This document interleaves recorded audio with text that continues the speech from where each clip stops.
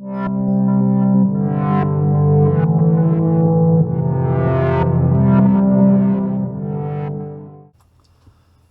I'm Peter Littlewood from iHowz, the Landlords Association. We're all in a rather peculiar position at the moment, aren't we? Don't quite know what's going on. But as a landlord association, we've been beavering away to put some information on our website, and we've got an awful lot on there at the moment. So what I propose to do today is to take you through that and see what's available for everyone. Not just members, it's available for everyone. Right, so this is the website. If you type iHowz.uk, this is the site that you get to. As you can see, originally it was set up so we had an information centre for landlords, a separate one for tenants, a news section, and this is intended, the original site was intended for members only, so if you go and look at the news section you have to log in to see all of it. There's an online bit which this actual video will be on, a meeting section which now of course is being put into abeyance, and services available for members. But we've added this coronavirus advice line, and everything on here is available for everybody. We felt it was too important that we shouldn't just make it available only to members, so it's available to everybody.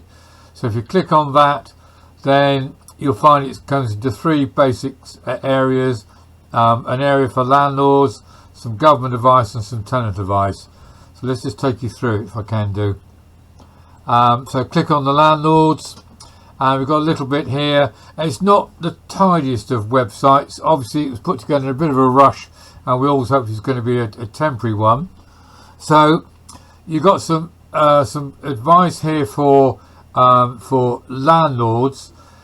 Basically what we're saying here is it's absolutely critical that you keep an eye on the property. Always has been important than that, but it's even more important now. And if you find that your tenants have stopped paying, you need to obviously talk to them and ask them why. And the answer coronavirus on its own is not enough. It's not acceptable, because you need to point out to them that they have a contractual obligation to continue paying the rent, and that they've got a duty of care to mitigate their circumstances, to try and find ways of getting payment. It's going to be unusual for them to get absolutely nothing, and we point out here some various things that they can do, and there is a tenant section which you can point them at. We'll have a look at in a minute. So you need to have that conversation with them, and you need to keep on top of that. On here, we put in here some guidance that the government put out about gas and electrical certificates, saying that basically it states if a landlord can show they have taken all reasonable steps to comply with their duty under the regulations, they're not in breach of their duty. So if I click on the guidance, that's the actual guidance. It's basically saying that you must try and continue to get your gas and electrical certificates, and you must prove that you've failed to do so. There's a system whereby you can log that you've been trying to get gas. That's on there as well. Okay, so there's a little bit here as well about that if you need to drive around to continue looking at your properties and your MOT certificate is expired, then you've got a 6-month exemption on that as well. Everything we're saying in here is you must keep proof of everything you do, conversations you have with the tenants, keep logs of it, where possible. If it's really, really important, email them, write to them, and keep copies of it. Okay, so that's that first bit. The next bit is general maintenance advice, which only basically says you must keep maintaining the property. The Federation of Master Builders have advised give advice to their members, which when it comes up, last date updated the 15th, which is yesterday. Today's the 16th. So there's things that builders can do and cannot do in there. So keep on top of maintenance where you can, especially if it's essential. Things such as heating not working, water heating not working, you must get on top of that. I'll do the government grants in a minute because that's a separate area. There's just a link through to it from there as well. Bits for your tenants there, which is saying if you need to evict, you need to follow the pre-action protocol, and I'll take you through that in a minute. Everything is about keeping on top of the situation. As I've already stated, this pre-action protocol really stresses that, and it's there to try and ensure that if you eventually do have to go to court, that you've done everything necessary for it. It was originally aimed at social landlords, so it tends to talk in terms of social landlords, but you do need to use it. Here's a summary we put together about it. Keep records of it. You can see the actual protocol, but keep communication going.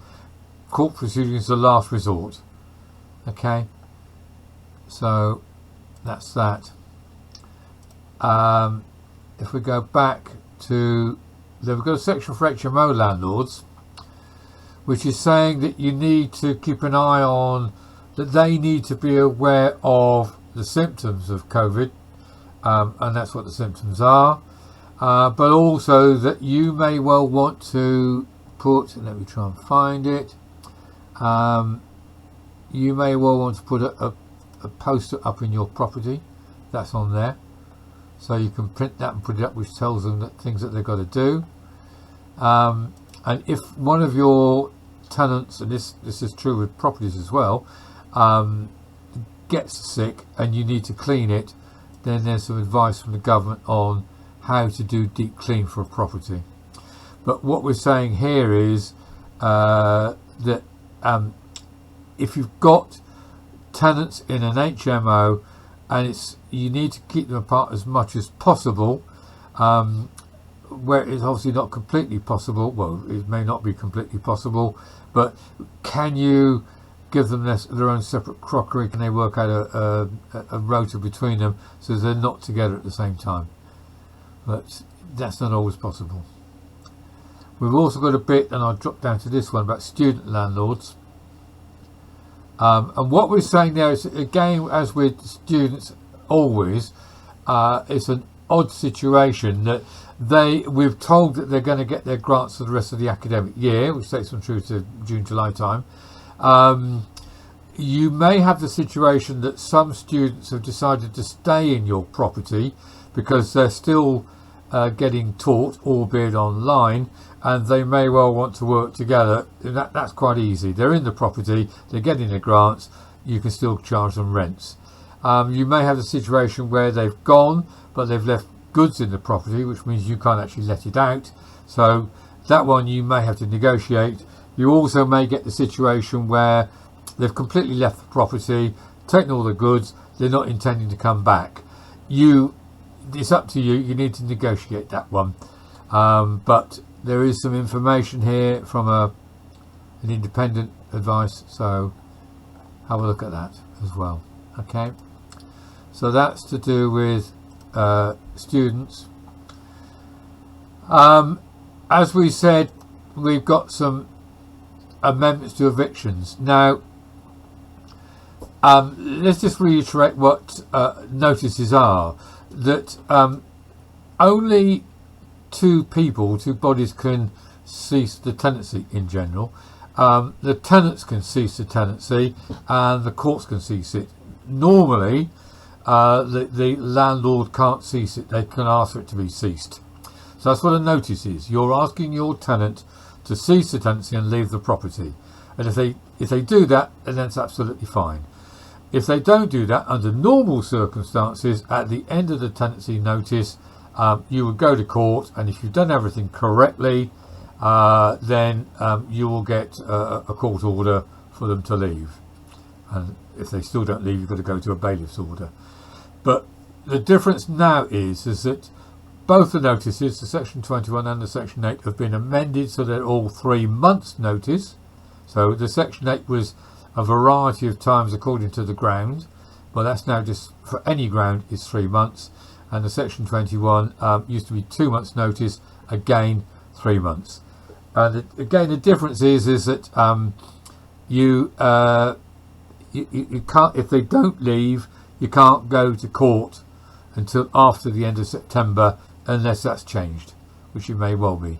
So all cases, including existing cases, have been suspended by the Master of the Rolls, and there's a bit down there about it. So again, you need to use the pre-action protocol if you're going to do anything like that. You can start the pre-action protocol, you can start chasing them for rent where you think they're trying it on. Unfortunately, the government has sort of seemed to have suggested that they don't have to pay rent. That's not the case. They are still able to pay rent. It's up to you to negotiate individual situations. We've got some mortgage advice here. So we're not mortgage brokers, so we can't give the advice itself, but there's various places you can point to. One very good one, if I can find it, is the Money Centre. So that gives you lots of good advice there. And another really good one is Which. They give you lots of good advice there. So do have a look at both of those. What we're trying to say here is, just if necessary, take advice. If you want to take a mortgage holiday, you can do it, but just be aware of any potential consequences. I'm not a mortgage broker, so I can't take you through that. Do talk to an IFA if necessary. And we've got advice from our accountant, which is this. Cardin's our accountant, iHowz's accountant. So they've put this out, and they're happy for us to share it with you. Again, I'm not an accountant, so I can't comment on this, but you have a look at it. And then finally, on this page, we've got some advice for commercial property, which is, again, we've got an awful lot of our commercial landlords are being told that their tenants are going back and saying, we've got no money, we can't afford to pay the rent. And we're pointing that there are government schemes available. Are they taking advantage of them? Again, they can do some things with their business rates. Are they taking advantage of that? But the main thing is, you might want to start off by offering them, say, a 3-month rent holiday. It's not waiving the rent, you're just giving them a holiday. It will be added on at the end. There are various there's something called a rent abatement clause. I'm not an expert on that, but our colleagues at Woodstock are, and they put this out, so have a look at that. Okay, so that's to do with commercial. Then if we go back to the top here, so that's the end of the first video looking at the information we got online for landlords.